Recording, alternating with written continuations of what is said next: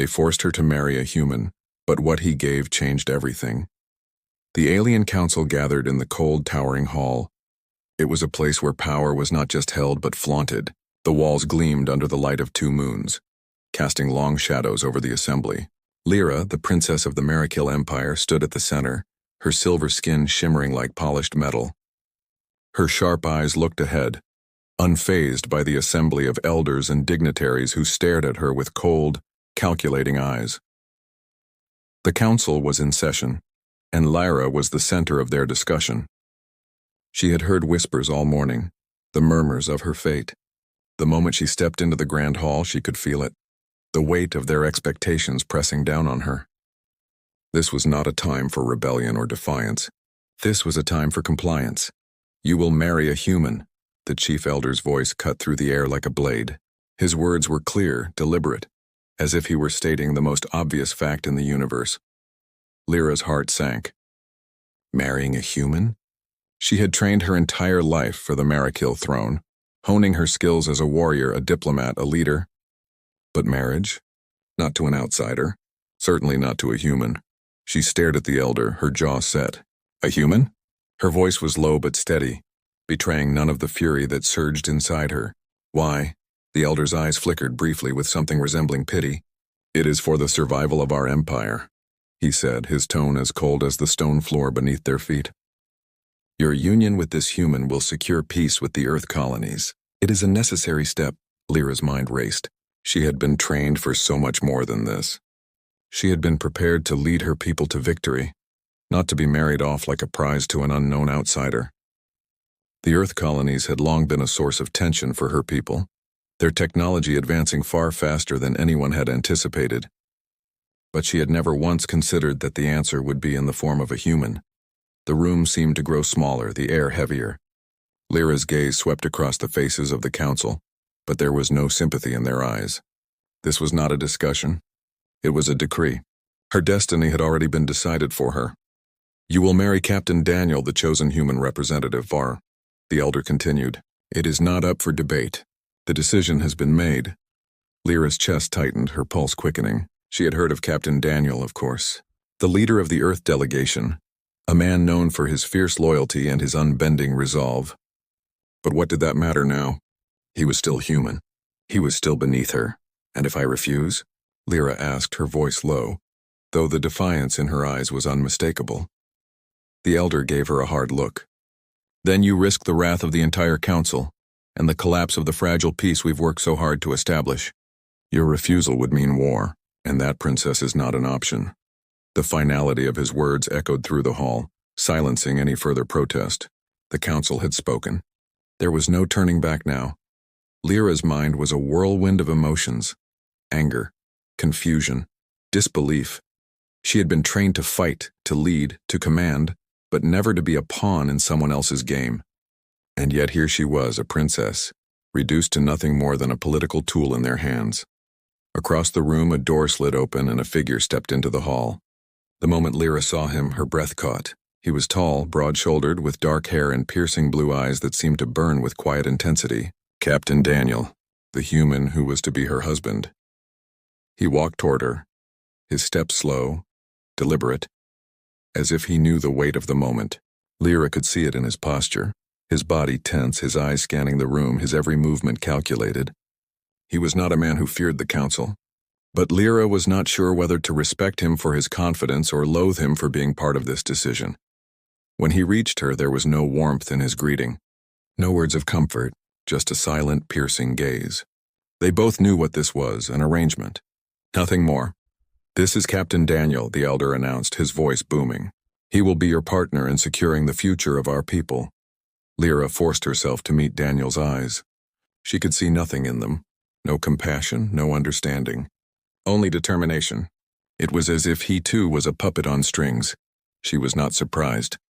This was a forced union, a marriage to preserve power, nothing more. But as they stood there in the silence that followed, Lyra felt something stir within her. A faint flicker of doubt. Was there more to this than she could see? For now, she pushed the thought aside. There would be time for questions later. But for now, she had to play the part. The princess had no choice but to comply with her fate. The union had begun, and there was no escaping it. The first days of their union were awkward, filled with silence and suspicion. Lyra couldn't stand the sight of Captain Daniel. He was human, fragile, and his very presence was a reminder of everything she had lost. The once proud princess of the Marikil Empire was now shackled by a political marriage, a bond that had been forced upon her. Daniel was just another tool of the council, another piece in their plan to keep the galaxy under their control. But the truth was, the human captain was nothing like what Lyra had expected. He did not cower in the shadow of her strength, nor did he try to assert his authority over her. Instead, he kept his distance, always respectful, always calm. His silence was more unsettling than anything else. Lyra had expected arrogance, bravado, or even fear, but Daniel gave her none of that. Instead, he treated her like a person, not a princess. It was unnerving.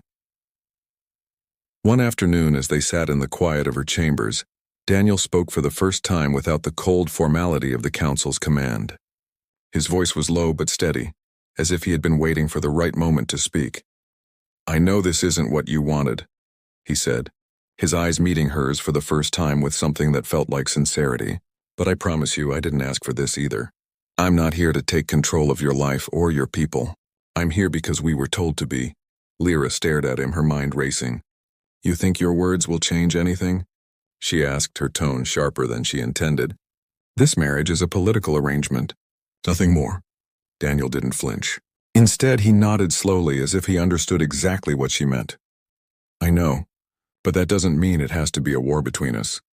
The silence that followed was thick with tension. Lyra wanted to argue, to push back, to tell him that everything about this situation was wrong. But something about Daniel's calm demeanor made her pause. For once, she didn't feel the need to fight, perhaps because she had no real reason to. "I didn't choose this," Daniel said again, his voice steady but weary. "But that doesn't mean I won't try to make the best of it." Lyra could feel her resolve starting to crack. She had been so sure that she would resist, that she would find a way to escape this union. But Daniel wasn't playing the game she expected. He wasn't angry, he wasn't even afraid, he was resigned. In the days that followed, something strange began to happen. Lyra started to notice little things about Daniel, small gestures, quiet actions that spoke louder than words. He never tried to impose himself on her, but he was always present when she needed him. Whether it was during a council meeting where he stood silently by her side, or in moments when the weight of her responsibilities threatened to crush her, he was there. One evening, as they sat across from each other in the grand hall, Daniel did something unexpected. He reached into his pocket and pulled out a small, shining object. Lyra's eyes narrowed as she watched him. What was this? Another gesture of submission? A gift to remind her of his place? He held it out to her, and for a moment she was tempted to refuse, but something in his eyes stopped her. There was no malice in his gesture, just a quiet offer. With hesitation, she took the object from his hand. It was a small metal ring, smooth and polished. The edges were rounded, and there was something familiar about it, though she couldn't place it at first. "What is this?" she asked, her voice guarded. Daniel smiled faintly. "A gift," he said simply. "For you." Lyra stared at the ring, unsure of what to make of it. It wasn't something grand like a jewel or a weapon, something fitting for a princess. No, it was simple, small, ordinary even. Yet something about it felt different. It wasn't a chain or a bond, it was a symbol of something more. Respect, perhaps. A simple human gesture. "You're giving me this?" Lyra asked, her voice still wary. "Why?" "Because I believe in choices," Daniel replied, his voice steady. "I don't want to force you into anything. This ring is just a promise, not to be a chain, but a choice. If you ever feel like you want to make a decision for yourself, for us, then you'll have this." Lyra didn't know what to say. The ring was small, but in that moment it felt like the weight of the universe. For the first time, she realized that Daniel wasn't asking for anything. He wasn't demanding her loyalty, her love, or even her submission. He was offering something far simpler, a chance to choose, a chance to decide what came next. The ring was not the grand gesture she had expected. It was a small piece of metal, simple in its design, but the fact that it had come from him, from a human, made it feel heavier than any crown or weapon. For the first time, Lyra felt as if her life might be her own again, even if only in small ways. She held the ring in her hand, turning it over between her fingers. For the briefest moment, she thought she saw something in Daniel's eyes, an understanding that went deeper than words. But then the moment passed and he stepped back, giving her space. "You don't have to wear it," Daniel said quietly, as if reading her thoughts. "It's just a symbol, a choice. That's all." Lyra looked at the ring again, her fingers tracing its smooth surface. Maybe it was just a simple gesture. But maybe, just maybe, it was the beginning of something more. She didn't put the ring on that night. But as she lay in her bed, staring at the ceiling, the thought of Daniel's words lingered. A choice. For the first time in a long time, she wasn't sure what to do next. But that was okay, because for the first time, she had a choice. Lyra woke early the next morning, the silence in her chambers a stark contrast to the chaos she felt inside. The ring, small and insignificant in her hands, seemed to pulse with a quiet energy. It wasn't much, not really. But it was a promise. A simple human promise that somehow felt more real than anything her people had ever offered. But she couldn't afford to dwell on it. Not now. The stakes were too high and she had a duty. An empire that demanded her strength, her focus. The council would never accept weakness, not even from their own princess. Today was the day of the sparring match. A tradition, designed to display strength and unity between the human and alien factions. It was supposed to be a show of power, of dominance. Lyra's reputation as a warrior was unmatched in the Marikil Empire, and she had been chosen to represent her people, to show the humans that the Empire would never bend. But Daniel would be there too. He would fight beside her, and for the first time, Lyra wondered just how much of an advantage that would be. As she stood before the training arena, the air thick with the scent of metal and sweat, Lyra felt a familiar surge of adrenaline. This was her element. The clang of weapons, the grunts of her fellow soldiers, the challenge of testing her skill against an opponent. It was all she had ever known. But today it felt different. Today Daniel was not just an outsider. He was a part of this, whether she liked it or not. Daniel stepped onto the arena floor, his movements confident but not arrogant. He wore the same training gear as the Marikil warriors, though it seemed to hang on him slightly too loosely. He had the build of a fighter, though his muscles weren't as honed or powerful as those of the aliens. His human body was a stark contrast to her own, sleek and powerful, designed for speed and agility rather than brute force. Lyra's eyes narrowed as she observed him. He stood tall, his face calm, his stance grounded but relaxed. There was no fear in him, only determination. And yet, in the back of her mind, she couldn't help but wonder, could he keep up with her? Could he survive this trial? "Ready, princess?" Daniel's voice cut through her thoughts, and she blinked, looking up to see him watching her closely. "Don't mistake me for someone you can defeat easily." "Human," Lyra responded coolly, her voice sharp. She had trained her entire life for this moment, and she would not be underestimated by anyone, not even him. Daniel raised an eyebrow, the smallest of smiles tugging at his lips. "I'm not here to defeat you," he said. "I'm here to stand with you." The words hung in the air between them, and for a moment Lyra was unsure of how to respond. This wasn't how things were supposed to be. He wasn't supposed to offer companionship. He wasn't supposed to stand beside her. But before she could answer, the match began. The clang of metal against metal echoed through the arena as Lyra and Daniel faced off against two Marikil warriors. She moved with the fluidity of a predator, her sword slicing through the air with deadly precision. The humans were fast, but the Marikil were stronger, their bodies built for battle. Yet even as Lyra danced through the combat, she noticed something unexpected. Daniel wasn't holding back. At first, she had assumed he would struggle. But Daniel's movements were calculated, precise. He wasn't as fast as the Marikil, but he made up for it with his unyielding determination. He fought like a man with nothing to lose, with a quiet intensity that spoke volumes. Every swing, every block, every strike, he was focused. He wasn't trying to prove himself. He was simply doing what needed to be done. Lyra watched, her mind spinning. This human, this fragile being was fighting as if his life depended on it. And perhaps it did. But that wasn't what struck her.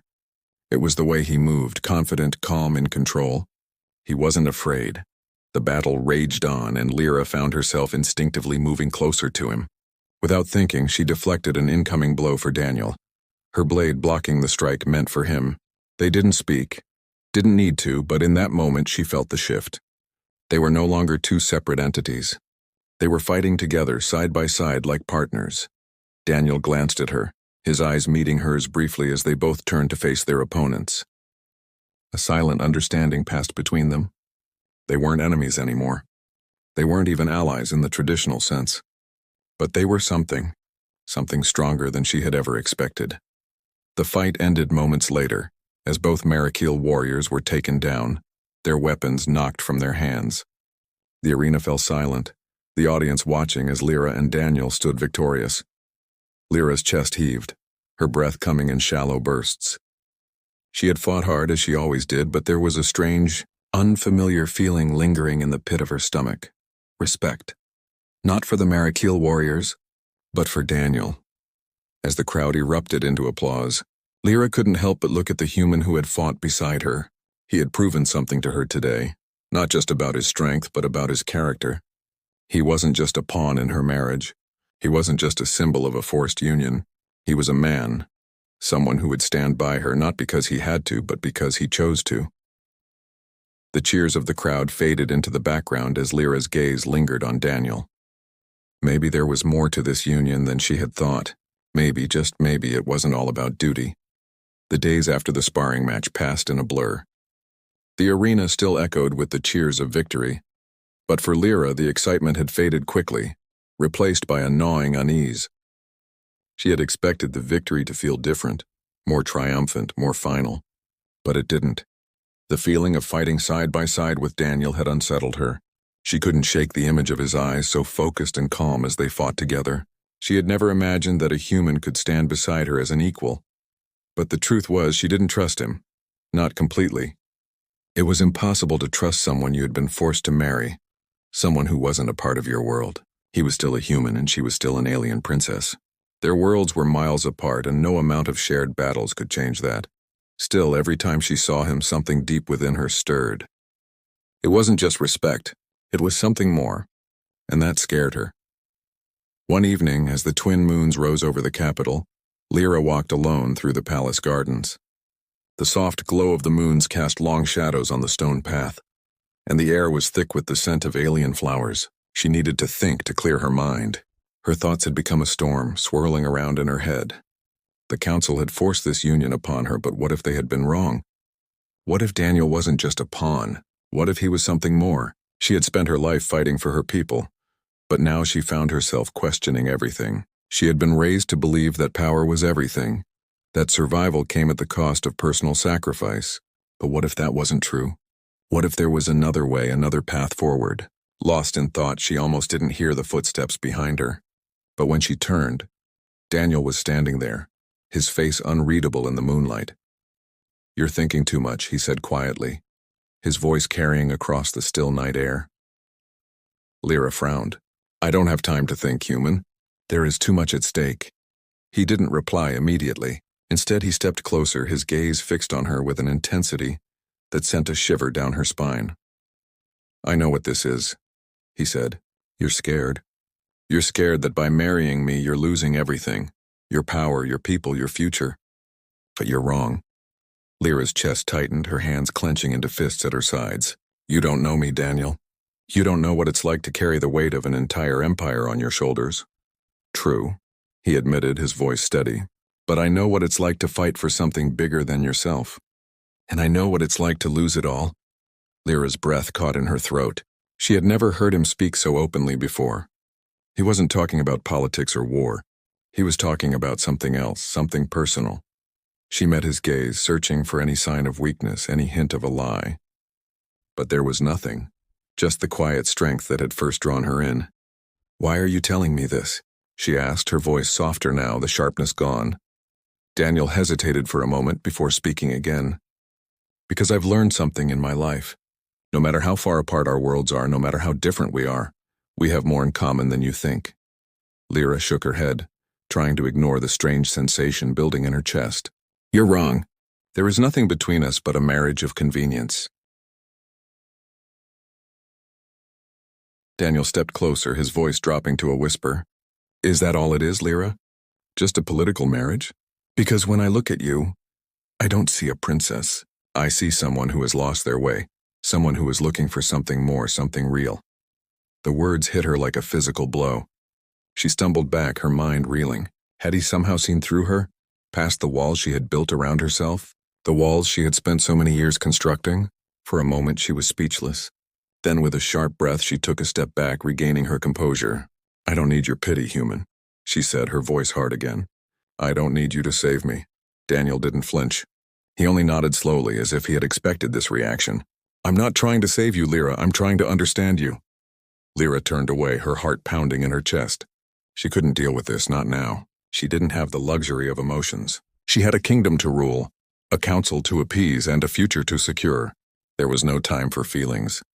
There was only duty. Leave me be, she said, her voice cold. I don't need anyone's understanding. I need control. For a moment, Daniel didn't move. But then, just as she was about to walk away, he spoke again. You think this is about control? He asked, his tone soft but firm. You think that by keeping everyone at arm's length, by pushing everyone away, you're protecting yourself? But you're wrong. That's not strength, Lyra, that's fear. Lyra froze, her back to him. Fear. The word echoed in her mind like a distant thunderclap. Was that what this was? Was that why she had built herself up to be untouchable, unreachable? She didn't know. She didn't want to know. You don't understand, she whispered, more to herself than to him. You never will. But as she walked away, something lingered in the air, something that felt like truth. And for the first time in her life, Lyra didn't know if she was ready to face it. The days following their conversation in the garden were filled with tension. Lyra couldn't shake the feeling that something had shifted between her and Daniel. She didn't want it to, but it had. Despite all the walls she had built around herself, despite all her efforts to push him away, something about him had gotten under her skin. And that frightened her more than anything. She had spent her life learning to control everything, the council, the warriors, her own emotions. But Daniel? He had no agenda. He wasn't trying to change her, and yet he was. Every word, every gesture, every moment they shared seemed to challenge everything she had ever believed about power, about control, about what it meant to lead. The final battle had come, a war that was no longer just a political game. It was personal now. The rival factions had gathered, ready to strike. The tension in the air was palpable. Lyra stood at the head of the army, her armor gleaming under the twin moons. Her heart pounded in her chest, but her expression was cold, impassive. She couldn't afford to show fear, not now, not when everything depended on her strength. The humans were there too. They had arrived, as they always did, with their advanced technology and their soldiers who fought with a fierce determination. They were allies now, whether she liked it or not. And at the center of them all was Daniel. For a brief moment, their eyes met across the battlefield. He didn't speak, didn't offer any words of encouragement or comfort. Instead, he just nodded at her, his expression one of quiet understanding. He knew what she was feeling. He knew the weight of the moment. But he wasn't afraid, and for the first time, Lyra wasn't either. The battle began, the sound of weapons clashing, the roar of warriors, the scream of the wounded. It was chaos. But it was the kind of chaos Lyra knew how to navigate. She fought like she always had, efficient, precise, and ruthless. She was a force to be reckoned with, and nothing was going to stop her from securing victory for her people. But as the battle raged on, something strange began to happen. The more she fought, the more she noticed Daniel. He wasn't like the other humans. He didn't cower or hesitate. He fought with everything he had, moving with a precision that matched her own. It was clear that he wasn't just there as her partner in name. He was there to protect her, to fight beside her, not for political gain, but because he had chosen to. As the hours passed, the battle turned in their favor. The rival factions began to falter, their forces retreating in disarray, but Lyra's focus remained sharp. She couldn't afford to let her guard down, not when the council was waiting for her to lead them to victory. Then, in the midst of the chaos, it happened. Lyra was surrounded. 2 of the enemy warriors had flanked her, their weapons drawn. Her blade clashed against theirs, but there were too many. She could feel the weight of exhaustion pulling at her limbs, her movement slowing, her strength beginning to fade. For a moment she thought she might be overwhelmed, but then, from out of nowhere, Daniel was there. He moved with the speed and precision of a predator, his blade cutting through the air with deadly accuracy. He took down one of the warriors in a single strike, his body fluid and powerful. The second warrior hesitated for a split second, and that was all it took. Daniel was on him in an instant, knocking the weapon from his hands and disarming him with a swift motion. Lyra's breath caught in her throat as she watched him fight. He wasn't just protecting her, he was fighting for her, with her as an equal. And in that moment, something clicked inside her. Everything she had thought about this marriage, about him, about her duty, it all melted away. Daniel stood beside her, his chest heaving with exertion. His eyes met hers, and for the first time Lyra saw not just a human, a man she'd been forced to marry, but a partner. An equal. The battle continued, but it didn't matter anymore. They fought together side by side, their movements synchronized. The enemy began to retreat, unable to match the strength and unity of the two warriors. Victory was theirs, but it wasn't just about the battlefield. It was about the bond they had formed, one that had been tested, forged in fire, and now was unbreakable. As the battle ended and the surviving soldiers began to regroup, Lyra found herself standing alone with Daniel, away from the rest of the army. The dust of battle clung to their clothes, their bodies bruised and battered, but the bond between them was stronger than ever. Lyra looked at Daniel, her heart still pounding from the fight. She had never known what it meant to have someone fight beside her, someone who didn't see her as a ruler or a weapon, but as a person. For the first time, she felt like she wasn't carrying the weight of the world alone. "You didn't have to fight for me," she said, her voice barely above a whisper. Daniel smiled, a small, genuine smile. "I wasn't fighting for you, Lyra, I was fighting with you." Her breath caught. In that simple statement, everything changed. She had been so focused on the politics, the power, the control, but now she understood. It wasn't about any of those things. It was about trust. It was about the bond they had forged in the heat of battle, a bond stronger than any alliance or marriage. For the first time, Lyra felt something she had never felt before, a sense of peace. It wasn't the peace of a victory won or a kingdom conquered. It was the peace of knowing that no matter what happened next, she wasn't alone anymore. Daniel didn't speak again. He didn't need to. The quiet understanding between them was enough. Together they had changed everything.